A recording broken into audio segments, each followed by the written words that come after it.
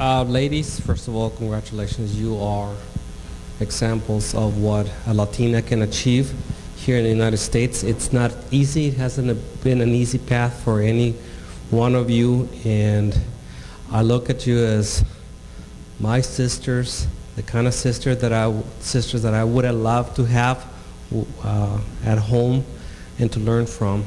I do have a particular question, though.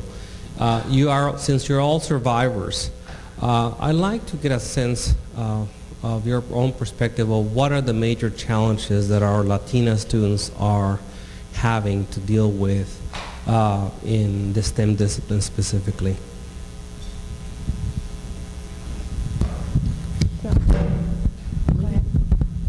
Well, I think it's a big question. Definitely, there are a lot of challenges, but I think one of the big ones is positive inspiration. I think it's a hard world out there. You know, if you're in STEM, you're in scientific fields, it's going to be a hard process. They hear about funding levels, they hear about tenure, they hear about publication, and at the beginning of their careers, it's a very intimidating thing. Mm-hmm. And nobody's there telling them, this is why you're doing it. This is why it's important. This is what it means to the community or the nation. Mm-hmm. It's not there. So I think that we're seeing a lot of drop off. We're seeing a lot of women with incredible potential, and they're not continuing with the struggle. So, let me give you a positive note, and since we're into a policy mode, let me give you a concrete policy recommendation. We had an NSF grant for $40,000 about 4 years ago to do a 2-day conference for undergraduates and graduates, women, Latinas in STEM fields. And so they came together and we incubated that conference, the NSF conference, within a larger social science / humanities conference of Chicanas Latinas. So half of the day they would go to the STEM conference, and then half of the day they would go to this larger conference. And so they would connect to this larger community. And a lot of the women in the book came to Santa Cruz and first, which I adored, presented their academic work, which is just beautiful. I'm a social psychologist, but I just loved hearing about the oxygen forming on the waves, and if we had two, that's her work, and also Elvia's work on the cacti in the desert and how they get their water and how you can measure through equations how much water. I was just like gaga over this work, and I don't remember. I don't think you can. But anyway, the point is that these young women saw what science was, and then the next day they talked about their personal stories, and we did a pre and post questionnaire in terms of what effect this had on these young women. And they were so inspired, and they came from all over the country. We paid for their travel. We organized this conference in 3 weeks. We had too many people come. We could only sponsor 30. We had over 100 applications. It was word of mouth. It was through the internet. So it was $40,000. So I think if we had that on a yearly basis, where people made community and saw the combination of the scientific work with the personal connection, and then made connections with each other, I think that kind of thing would go a long way, not only towards mentoring, but towards feeling you're not by yourself, and that we can learn from each other and we can monitor each other, because if we're there every year, which is probably what SACNAS does in a more general level, but I think it's very important to create these small communities in order for us not to have people go by the wayside. So I would recommend that for NSF.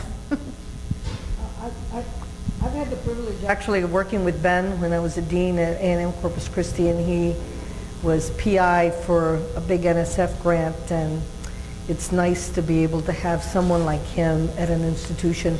I think one of the issues that I think faculties are going to be facing is the messages they're giving to students in the graduate programs.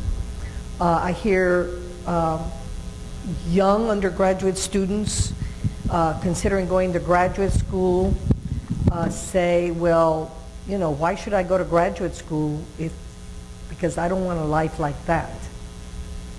And this is a type of message that graduate students are also getting. It's negative about academia rather than the fun and the excitement. So I think the Academy is going to have to start looking at what type of silent messages they're sending to both undergraduate and graduate students, and more importantly, to our people that are there. And it's so critical that we get them to the next level, that unless you find a community that is going to encourage you and say your life doesn't have to be that way, that we're not going to get enough out to become a critical mass to make a difference in the future. Yeah, that's true. I think one positive development is what SACNAS is doing with the professional societies. They're developing partnerships, and I think maybe this is one direction they're going, where they're going to imbue some of these issues as part of the, you know, the awareness of the professional societies. And if you have colleagues who are professional scientists, engineers, whatever, then please encourage them to work through their professional societies to develop the programs, the seminars, the workshops that are going to help students in that direction.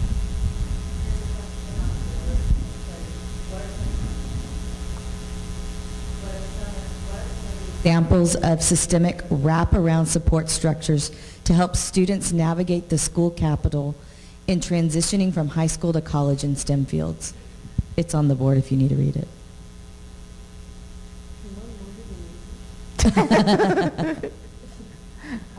I think for one thing, that's the thing that you have to be multilingual, because if you said that to a student, you'd go, what? I don't understand what that means. So if somebody could say it in a way that.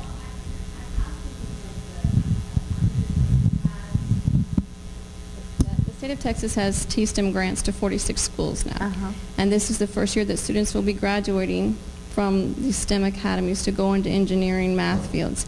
Yet there was no money in this grant to support them once they hit the college level. Yes. So what is in place? And the majority of these students are from underrepresented Latino or low socioeconomic. That was part of the requirement for the grant. So our concern is that they're going to enter fields where their gatekeeper courses, where they're being cut out as soon as by the engineering teacher, by the mathematics teacher. Yes. So what experiences did you have at the college level that helped fortify your experience there so you knew how to survive in this college setting? Yeah. Well, I know that UCLA has thought about and worked on that. I mean, there's been over the last 10 years an attempt to put a structure of, you know, beginning activities, you know, for freshmen, and then transitioning to sophomores until finally there's the elite research programs like MARC and other HHMI and in-house programs to support the students that are seniors who now know they want to go to graduate school.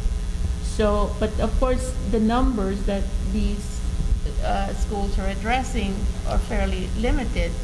However, just to be fair, I mean, UCLA admits 300 to 400 Chicano Latino students, and we get maybe 30, if we're lucky, applications for seniors for the MARC program, which has 18 slots. So, you know, there's a problem there.